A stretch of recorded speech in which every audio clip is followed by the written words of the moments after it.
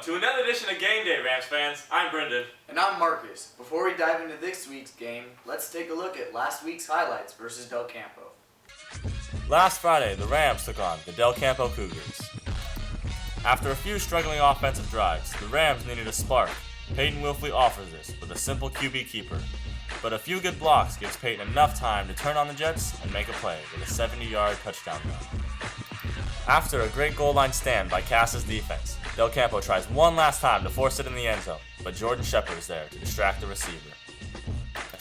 In the second half, Casa decided to turn things around and give Peyton enough time to throw to Angel Tenario, and he takes it the rest of the way for a 65-yard score.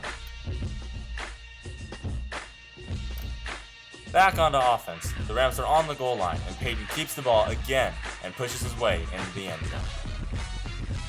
Now, back into the red zone, the play is broken up as Peyton scrambles searching for an open receiver, and he found yours truly, Brendan McCarthy, for a 20-yard touchdown. But the Rams' offense wasn't done yet. With tons of protection, Peyton throws to Jake Romine, who gets the downfield blocking he needs to score a 60-yard touchdown, left side best side. Del Campo had one last chance of scoring to win the game, and Cody Patchen is there to almost catch it.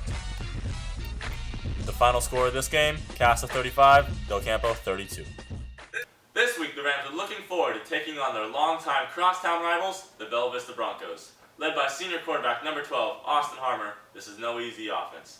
Averaging around 30 points offensively, they have both a good passing and running game. Harmer has most of these scores, so if the defense stops them, it should shut down their offense, leaving the Rams' offense to the scoring part of the game. But in order for Casa to score, they'll have to get past BV's 3-4 defensive front, who also blitz their overhangs every play. Casa's receivers will have to find an open spot in the Broncos' cover 0, 2, and 4 defenses.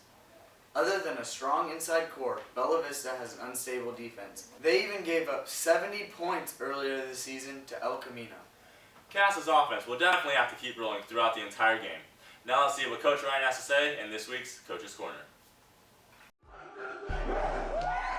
Good morning, Casa Roble, and welcome back to Coach's Corner. It has been some time, but fret no longer because I am back and I'm not alone. I'm here once again with my favorite coach in the world, Coach Ryan. Thank you for being here. It's very nice to be back. Hey, great win versus DC last week. Any comments on the game? We hung in there. It was a very physical contest, and things didn't go well for us early.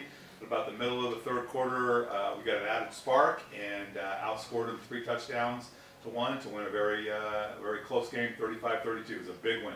Yeah. After the match, the Rams are now high-stepping it onto BV turf this week, boasting a 5-1 record. Hopefully, to make it 6-1. You know, what do you expect to see from these Broncos? Well, this is a big game for Bella Vista. This is the game they won last year, the first time they've beaten us in a long while, and they over-celebrated, I believe, stepping on the Rams. So we're going to hopefully get a little bit of payback, and we're hoping for a couple of home playoff games, and beating Bella Vista is the first step to guaranteeing that we have that.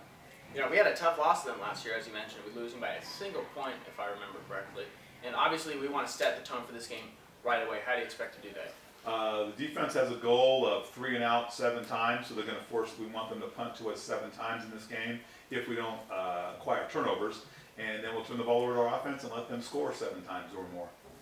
You know, practice how you play. Very common expression, but a very true one all the same.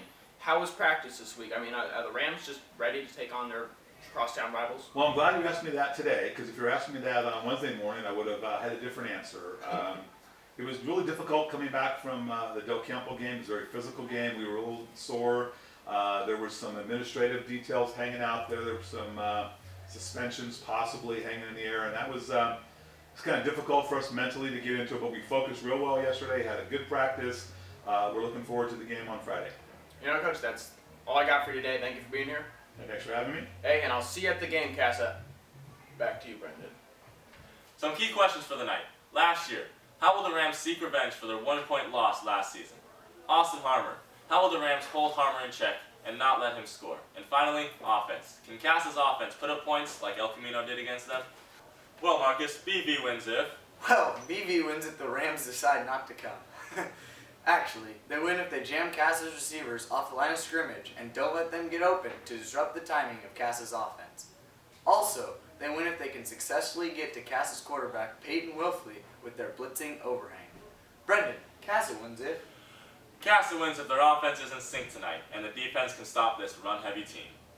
Well, that's all we have for you this week, Rams fans. Come out to Bella Vista tonight at 7 o'clock to watch your 5-1 Rams. Dominate!